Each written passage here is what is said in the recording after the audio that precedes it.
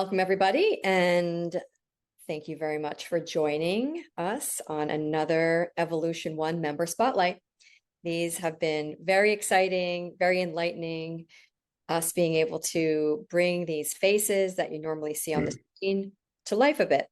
So today we have Jeroen Olthof. He has been a member with us since 2022. And he went down the journey of foundations and Earth Keepers in Service, which is where he stands with us right now. Welcome, Jeroen. Hi. Hi. And I will apologize because I have said your name in multiple Zooms and interviews, and just now I'm finding out it is which way it is correctly pronounced. So my apologies. Yes. No, that's okay. So, Jeroen, you're here with us today to tell us a little bit about yourself to help our members understand you and the many different people that come in and out of this community and call it home. So, before we dive into the spiritual journey, though, I'd love to briefly get to know you, have the audience get to know you a little bit better. You want to share a little bit about yourself, where you're from, or what you do for a living? I live in the Netherlands, and I'm currently. It's interesting this question that I just actually got a beautiful answer on one of these dating apps because I was chatting with a woman, and she said, "Oh, you're actually like a wizard, disguised as a painter, shamanic wizard disguised as a painter." I said, "Yeah, don't tell anyone." Ah, that So sounds like yeah, a swipe yes. yes. So yeah, I'm a painter in the outside world currently, and well yeah, that's my mask for the badass spiritual stuff. Yeah, sure, sure. And is that like commercial painting, or do you have a work of art collection? No, just like walls and room and windows and doors and whatever. Just currently that Yeah, it's, wonderful. it's it's evolving. Probably not next year something else. I don't know. Yeah, sure. We have many people within our organization that have the mask job in the Yes. world so that they can do their angel work or their spiritual work. Yeah, we need to have something inside to penetrate the world and to do our secret stuff. Like yeah. So for me, it's painting currently.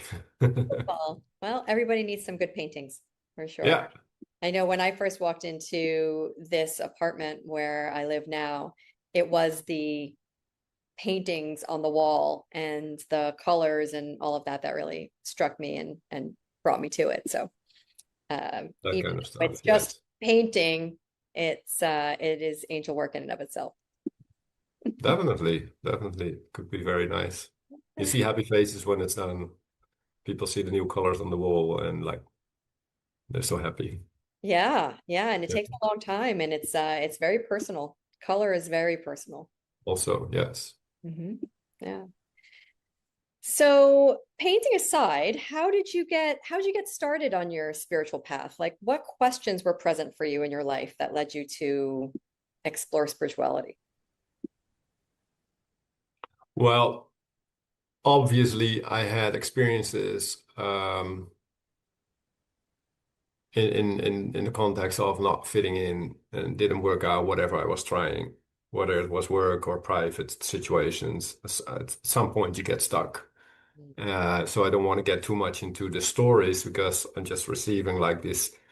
Be mindful of not repeating old stories. Well, what's more important is that I'm here right now. Mhm. But most people obviously have a trajectory. They get stuck and they start questioning. They have to find their way. So finally, it started back 2017 for me with a psychological trajectory, and at the same time, I met this um, kinesiologist who was actually a very profound medium and psychic. And there was this connection between me and him, and he became like my spiritual mentor, and he guided me on this path. So I started into the Native American journey with a lot of sweat lodges and healing ceremonies on that path, really into the grounded and really beautiful path. And from that's actually where my whole spiritual path started. And eventually I requested for a healing ceremony because I had a lot of pain on my body due to an accident years ago. And it was like, okay, this is the path here. I'm going to ask for healing at the medicine man. They once invited once per year or twice per year a medicine man from really from the native folks from the yeah. So really that makes you see things like So I in the dark room with a lot of spirits, and that's where my eyes opened. So I got this massive healing that put me on a journey, and that lifted me up and like, this is your path now, and boom. So and a lot of things on that path just happened, and eventually we're sitting here. So a lot of things happened in order to come to here, but that's the journey, right? Yeah, Yeah, yeah, beautiful. I mean, I've experienced those same things. Those healing ceremonies with native elders are very profound and can definitely. Yeah, set you I'm on. still going there and I'm still honoring that as the root of my path. So it's home for me up there currently, and I'm going there for a couple weekends per year, and then going into the sweat lodge, and still respect that and honor that very much. It's very grounding. It's very nurturing. It's good. It's good. It's a different way of this is different teaching, but it's very so it's very beautiful. Yeah. Yeah, yeah, I agree. I mean, I've experienced all of those things, and they are quite profound aspects along my spiritual journey. And I have worked with kinesiologists before. I don't know if she was a psychic or a medium, but she was pretty life-changing for me physically, emotionally. So I'm with you in those aspects, and I'm sure that we have a lot of people within our community who can relate to kinesiology, whether they are kinesiologists themselves or have benefited from that modality, and certainly elder ancient medicines, healing modalities that are native in nature. There's a lot of our community that have experienced that as well. So Hmm. we'll be able to relate to that. Yeah, and then definitely just popping up the similarity a little bit between here this work with Evolution One and the natives is that like it's like spirituality made grounded, and that's what I really appreciate up there. So, and they have always had that. I remember I had a question one day with the people who are doing this and organizing this and holding this community, Yeah.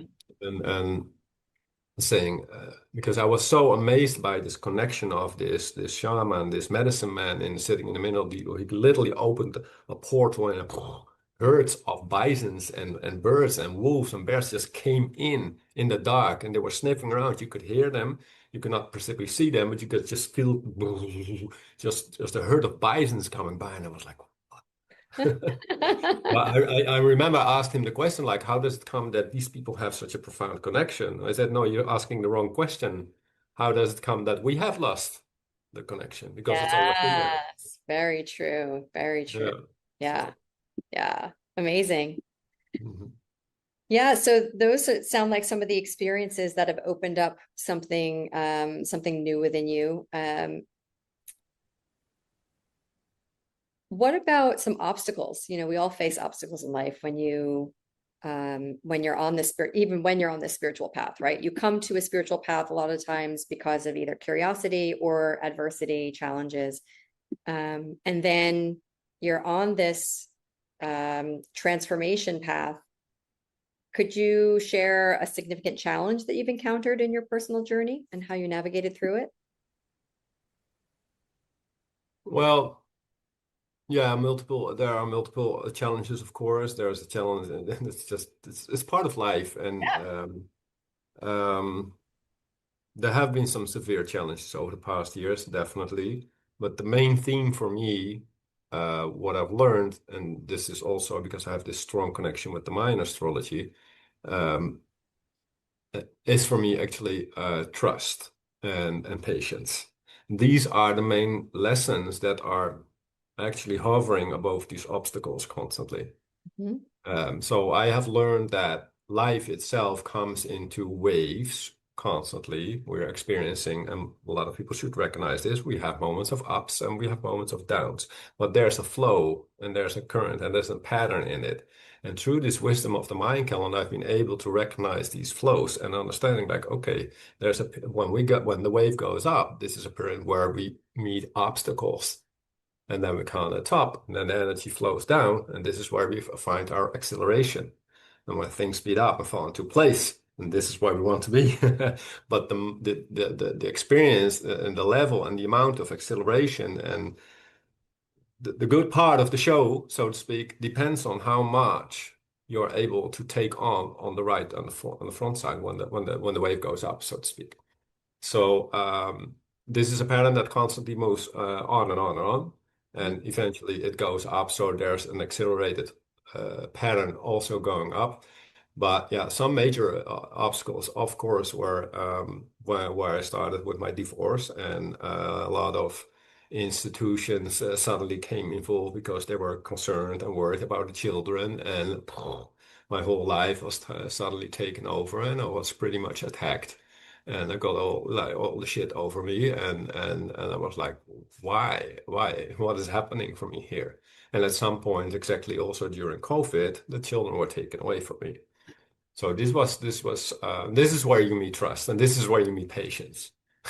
So Yeah. these kinds of obstacles. Okay, so but that's just part of life, and it makes you strong. So the patience and the trust will come back every time, over and over again, and every time they put me deeper and deeper into these challenges. But yeah, so everybody has some of them. I don't know. It's part of life. It's definitely, I think, also part of the masculine journey, Mm. um, because the masculine needs to face the obstacles and is challenged how to face obstacles. So, are you becoming the victim, or do you find the courage and the strength within to face with these challenges, and how do you deal with that? So, it's a growth process. It's a learning process to become stronger and to find more masculine capacity in yourself. Yeah. So, I'm pretty much thankful for those difficult situations, but they were tough. Yes, there have been some very tough situations, definitely. Yes, Yeah. you were ultimately reunited with your children because I remember the last time we all got together, you had them listening in on All right. the Yeah. broadcast that you Yeah, were yeah, yeah. participating in. Yeah, yes, yes.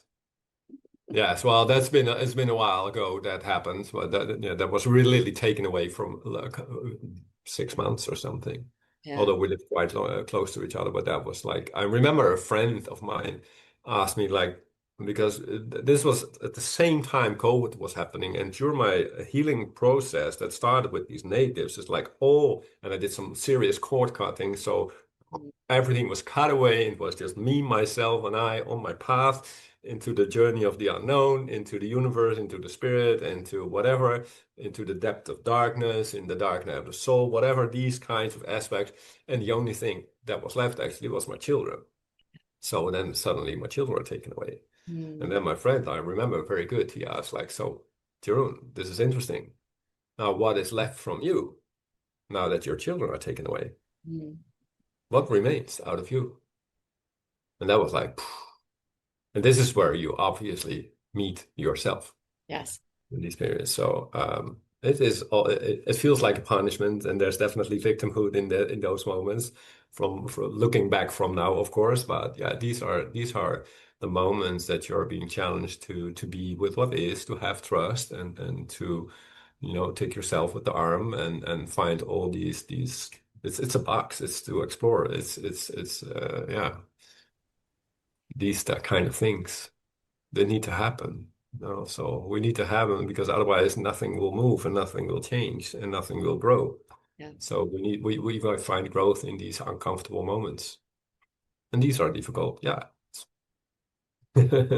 Yeah, and I don't believe that you're alone in this. There are members of our community that have had the experience of the living beings, the children that they have literally brought to life being taken away from them temporarily or sometimes permanently through death or something like that. So yeah, that is like the ultimate test in trust and faith in a Yeah, journey.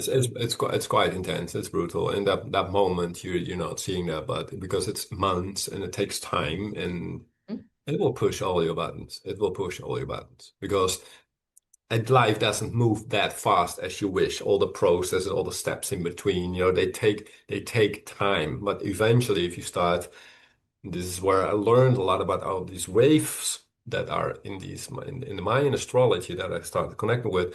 All these the good times come back in the right moment. So if you start understanding and observing from a different perspective from life, and you see how these patterns move, like, okay, this is where I'm now, and somewhere probably it will come to a good point. But in between those experiences, literally to live through it, they will build you, and they're very hard, some hard times in between. Yes. Yeah. Yeah. And so how do you know, we've talked about this wave before.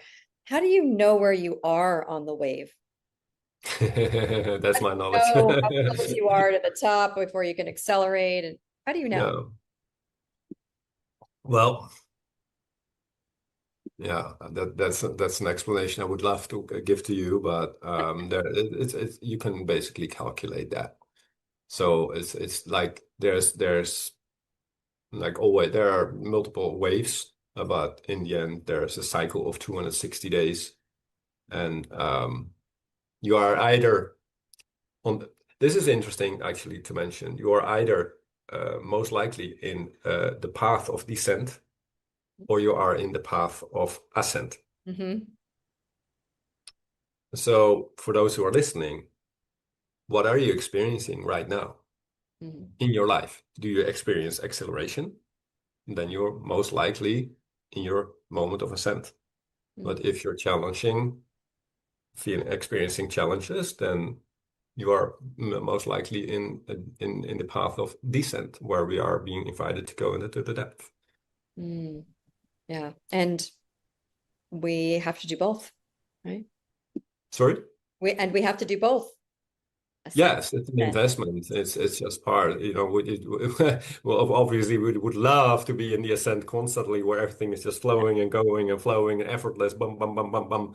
But Mhm. sometimes, in order to grow and to evolve, new chapters must arise, and you are being invited to go to the next chapter, and this will start with some challenges up front, and Mhm. then it takes some time to navigate through that and eventually come to the top. And this is where everything comes to a still point, and then you start. It's just like the water and the waves on the ocean, and then Yeah. it For a, starts at the tipping for a point. minute. Yeah, For a slight minute, you can stop, and then yeah, yeah, something like that. the point is very finite. So what brought you? It sounds like you've been on a spiritual path for some time now. What brought you to explore Evolution One in addition to your current path? Well, as mentioned before, I have over the past years been quite active with the Stargate community, Mhm. also another community in the Netherlands here. Yeah. And through the Stargate community, I have seen a seal pop up many times or a few times, and I was most often there with the Ascension programs, and I noticed that I was quite sensitive to his work, especially when he did the adjustments and transmissions, whatever. So I could always feel them. Hmm. So I was just always wondering what is my connection to the Elohim or whatever. And at some point, it's when things as the pillars of light came to when were mentioned, I felt a resonance to that. Like, okay, that's something for me. I resonate with that. I don't know yet what it is, but I resonate with that. So I had that in mind. But totally unexpectedly, just a few months ago, when I was true, and this is then aligned with with the connection that I have with these Mayan energies, and then there came a certain point with Earthkeeper level 2 where we started connecting with specific Earth energies, Hmm. and I was prepared what and just maybe 6 or 8 weeks before I got this very intense rush and excitement in my body that was related to when I got an email. I was like, whoa, okay, what's happening here? And suddenly I was just perfectly guided to the program. I'm like, oh, okay. Well, I didn't expect that at all. So I was just suddenly, unexpectedly guided in the moment to the program of for Earth Keepers. And now it makes sense to me because I definitely desire for Langton to be more connected to the Earth. And that's yeah, the path of that's definitely a very welcome path for me. Mm. And Yes. how have you applied your training since you became an Earth Keeper in service? Are you doing things locally, or is it an overall sense of being more connected to Earth and nature? What's happening for you on your path? Well, I'm doing my morning meditations. I'm following currently also a program with a Dutch Arcturian frequency artist called Janus, and that never mind. But I'm taking in the morning every time like my moments in order to take a 15-minute, 20-minute meditation with the silence, presence, alignment. And I think that's a very good thing, and I'd be mindful, try to be mindful of that, and try to, in terms of challenges, always get back to Yeah. that. But in terms of the service, I'm pretty much yeah, a lot of things are actually happening, and I will write this down also in the requested area on the site that you have asked for to share some experience because in my opinion, the service work doesn't necessarily isn't necessarily related to sacred sites or sites with significant energetic significance, as Asil mentions. There is energy work everywhere to be done, Mm. and it can be any time and any place. And I've had multiple events over the past weeks where I suddenly being invited to literally flush and let some very old energies flow through me. And this can come from collective fields or uh, s- uh, um, even family settings. I was on a family with my lunch with the family. A lot of family were there. And suddenly, like, I just it starts normally with not really feeling well, and Mhm. like, but it slips really easily. Really subtle comes into my body, and I start to feel awkward, and then it takes time. Like, oh. And it takes some time, and then you realize, okay, I'm doing being of service here for the family. I'm just taking in some old energies here and just let it flow through my body and put it in. But it comes with definitely some very uncomfortable experiences. But also this weekend where I was fishing with my son Yeah. out in the fields in the grass fields with some fish farms.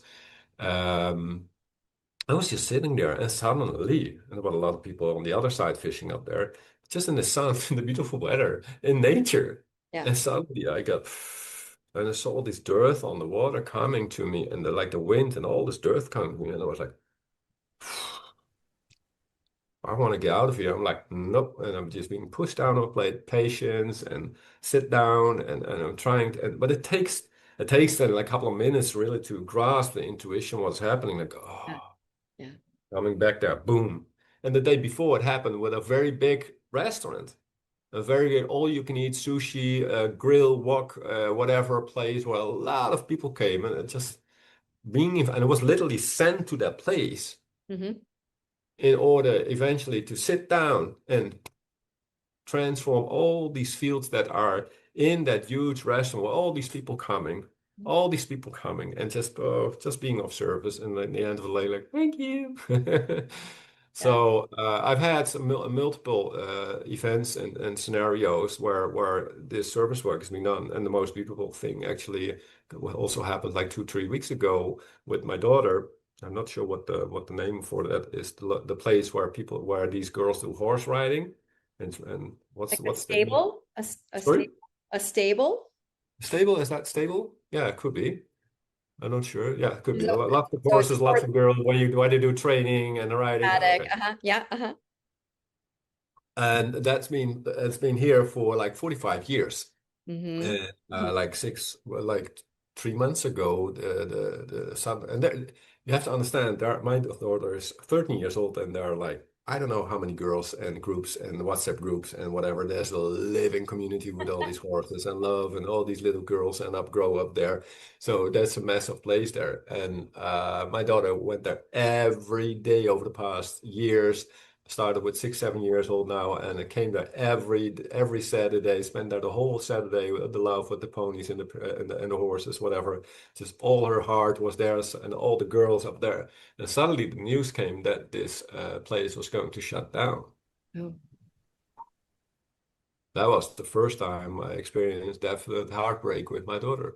She yeah. had a very, still has, well, this deep in the heart.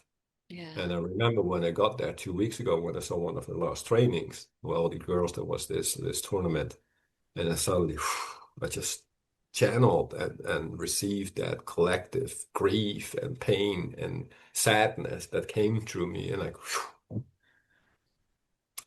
and then just I'm making all these little girls the hearts a little bit lighter, and Yeah. just open it, and that feels good. That feels really good. Like, and Yeah. that felt really thankful to do and beautiful to do. Yeah. That's a perfect example. I mean, when I moved to Miami from the Redwoods, uh, I moved into an area called Little Haiti, and the building had been built in the 70s. And Quentin, who's an earthkeeper in service as well, he's my little co-pilot, my cat. He um, he and I um, had some really dense experiences in this place.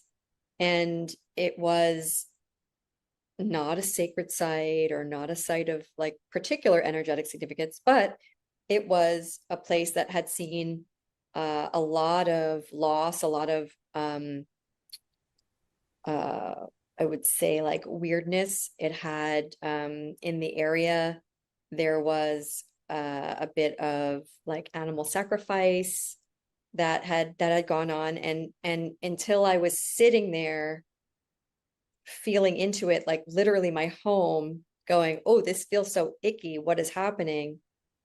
I didn't realize. And then when I did realize, I was like, okay, I know what to do here. Right? Open up the channel, allow the energy to flow through, transmute the weird, wonky energy in the space. And it did lighten up. So you're right. It's not just about going on these sacred site expeditions with me and a seal and, a big group and have channelings come through. It's about the everyday places where your daughter spends a good portion of her life and feels that connection and that happiness and that joy, and allowing that to continue to flow through when things like that go on, when you have a heartbreak of sorts, when something closes down, or when an energy shifts or goes stagnant or gets stifled or stuck. So Yeah, in this case, not only for my daughter, of course, but like yeah, for I don't know, all these girls up there, just they yeah, were just broken, their place shuts down. Yeah. That's yeah, where they live. yeah, yeah, But that's beautiful. That's beautiful work. Yeah. yeah, yeah. Agreed. Thank you for that. So one question that we're asking everybody, it's our parting question. So you have access to, there's 4,500 plus members on this network right now, and we're also offering this out to our YouTube subscribers, which we have over 6,000 at this moment. So what advice would you offer to someone facing obstacles in their life right now based on what you've been through? What bit of advice would you give them?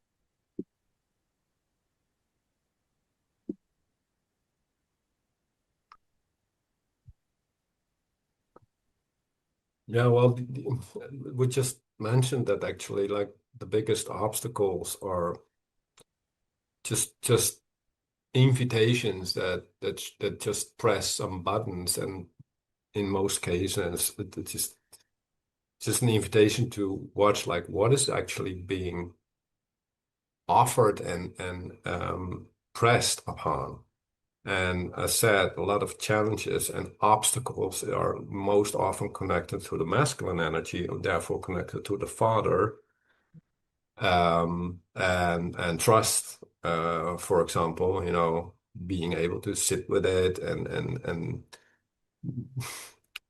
hold space for yourself and be there and not start worrying and have faith and knowing how to take care for yourself and know to be there for yourself. These are main, in my opinion, very main aspects that you have to develop and find within yourself, Yeah.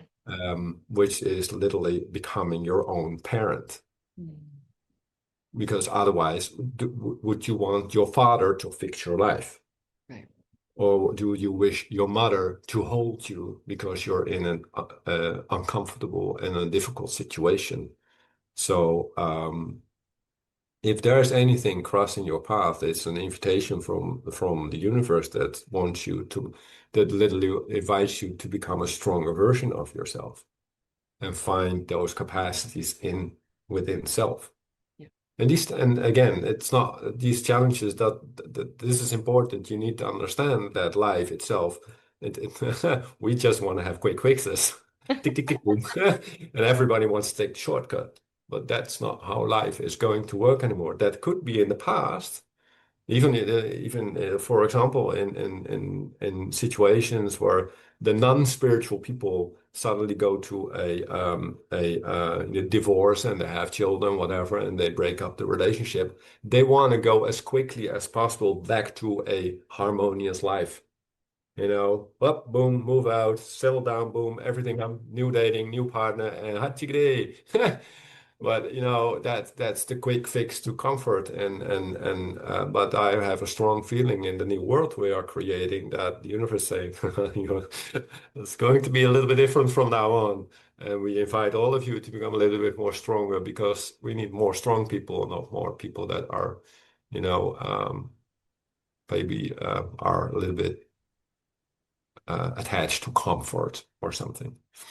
So find that inner masculine, find that inner father in you, find that inner mother in you, and most often, if you're experiencing difficulties, it is most often the child within that seeks attention. Mm. And yeah, can you find that connection with self and the courage and the strength within to navigate these complicated situations? Yeah. Which brings me, so that was meant to be the last question, but I do have this question because we've been talking a lot about kids and you're bringing up, being your own parent.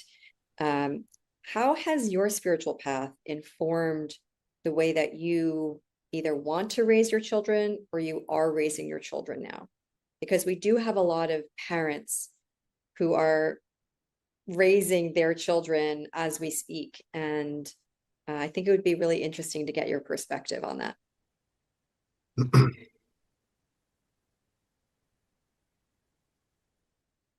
Well, I've been very lucky that my children, um, they awakened like that in a very early stage because of the connection that was with me. So we have a very magical connection up here, and now they are evolving as children. Sometimes it becomes a little different because they also have their own life to develop. But I just feel that spirit and consciousness and the guides are just flowing through my children and providing me with answers. But I'm trying to be very mindful and wakeful for that. But most important to your question, um, I think the best way to answer this question is that we need to understand that the children are waiting for us. They are already there.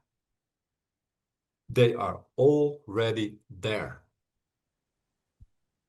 And now you have to question, what do I mean with that? They're waiting for you to meet them at their level. Their level of consciousness, their wisdom is far more ahead than we are. There are books and chapters ahead. The thing is actually because of we think we are adults and we have acquired a certain life maturity, we think we know better, but we don't. These children are waiting for our hearts and our love to be met.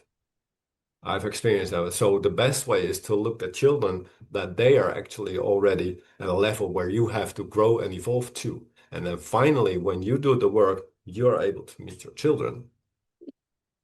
This is how I see that. And I'm constantly, so even in the advanced spiritual people that are here and have some serious and advanced connections and connectivity, what if your children are still like leveled up multiple times in their connectivity and they're waiting for safety to express that and to instead of us trying to project our wisdom onto them. And of course, they need also a strong, they have their moments of nurturing and raising, of course, but in the basic, they're being born. This is how I think our evolution works. We are, you know this, everybody who will listen to this and listen to my word, we are also books ahead in relation to our own parents. And our parents were probably much more ahead in relation to their parents. So the next um, evolution or the next generations are just new books ahead, just different books. And so this is how we collectively evolve because otherwise it wouldn't move. So I think that the children are the best teachers here and are trying to help us to meet them eventually at their level. And I think that's the best way because I just see it. I see so many parents ahead and really do the best to be very loving parents, and they have some very strong and very good capacities. But yet, on a different level, on consciousness, on wisdom, on a certain level of connectivity, they can't meet their children, and their children are waiting for their parents to meet them, to meet them. This is what I'm seeing. So I just see this question as an invitation to all of us listening and watching. Become aware. What if your children are waiting for you to meet them at their level and not at your level? Beautiful. Thank you so much. Jeroen, thank you for sharing yourself with us, with our community, and for the vulnerability that you offered and the wisdom.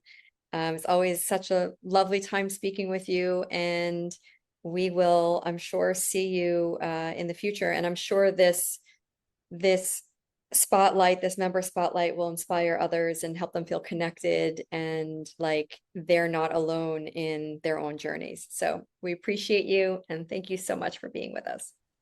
All right. Thank you. See you next time.